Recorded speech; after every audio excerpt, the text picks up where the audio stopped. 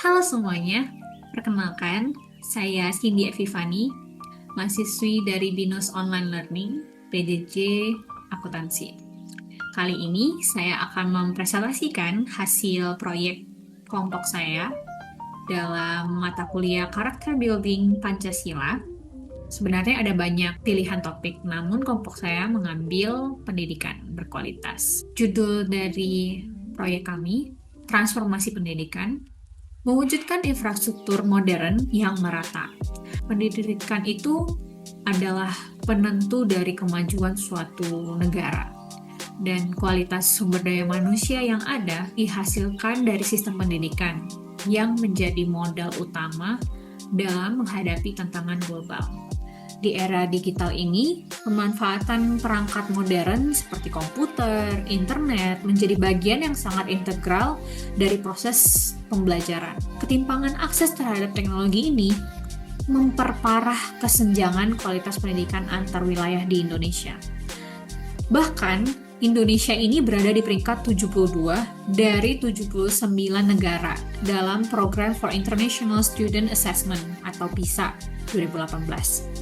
Ini masih sangat memprihatinkan. Nah, oleh karena itu, kami merumuskan beberapa pertanyaan penting. Yang pertama, bagaimana kondisi infrastruktur pendidikan di berbagai wilayah NKRI? Yang kedua, faktor-faktor apa saja yang menyebabkan ketimpangan akses terhadap infrastruktur pendidikan modern di wilayah NKRI? Yang ketiga, bagaimana peran teknologi ini dalam meningkatkan kualitas dan juga memeratakan kondisi infrastruktur pendidikan di era digital. Yang keempat, strategi apa yang dapat mewujudkan infrastruktur pendidikan modern yang merata di seluruh wilayah NKRI. Dan yang terakhir, bagaimana sih dampak dari infrastruktur pendidikan yang merata terhadap peningkatan dari kualitas pendidikan di Indonesia?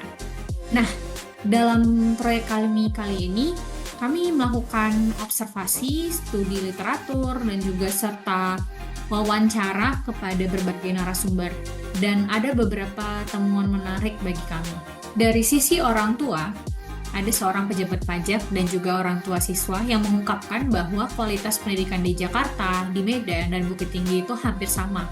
Karena ini merupakan kota-kota besar dengan infrastruktur dan juga teknologi yang memadai. Kalau dari sisi siswa, ada seorang murid di SMP Negeri 7 Pravi di Manokwari, Papua Barat, yang menyampaikan sebenarnya sekolahnya sudah memiliki fasilitas yang cukup seperti ruang kelas, lapangan olahraga, laboratorium, perpustakaan, akses internet. Namun ada ruangan yang kurang layak. Jadi untuk pelajaran agama Katolik itu dilakukan di laboratorium. Ia juga menyoroti kondisi teman-temannya yang tinggal di daerah pegunungan tetapi tidak memiliki fasilitas pendidikan sebaik di sekolahnya. Selanjutnya, siswa kedua, siswa SMA Negeri 1 Kabupaten Tangerang, menyebutkan bahwa adanya ketimpangan fasilitas pendidikan di Kabupaten Tangerang, di mana beberapa sekolah itu kekurangan ruang kelas, perpustakaan, laboratorium, bahkan akses internet. Bahkan di kota besar pun ketimpangan tetap ada. Nah, yang terakhir dari sisi guru. Seorang guru Cendekia Boarding School di Payakumbuh menyoroti bahwa infrastruktur pendidikan di Indonesia secara umum tuh masih minim dan tidak merata. Bahkan akses ke sekolah itu sulit untuk beberapa siswa. Beliau menyebutkan ketiadaan laboratorium di beberapa sekolah juga menyebabkan ketimpangan dan juga kurangnya pengawasan dari Dinas Pendidikan lokal. Dan yang terakhir, guru sekolah dasar swasta di Batam mengungkapkan meskipun infrastruktur sudah memadai, kemampuan sumber daya yang menggunakan infrastruktur itu malah yang belum memadai. Penggunaan dana bantuan pemerintah seperti dana BOS itu belum tepat pada sasaran. Baik, dari temuan-temuan yang kami temukan di lapangan, kami menyarankan beberapa solusi untuk mewujudkan pemerataan infrastruktur pendidikan modern di wilayah NKRI. Yang pertama itu pemerataan bantuan dan pendataan sekolah secara menyeluruh. Jadi pemerintah perlu segera melakukan pemetaan yang komprehensif dan mendistribusikan infrastruktur secara adil ke seluruh wilayah, terutama daerah-daerah 3T. Yang kedua, pelatihan guru dan evaluasi efektivitas bantuan pendidikan.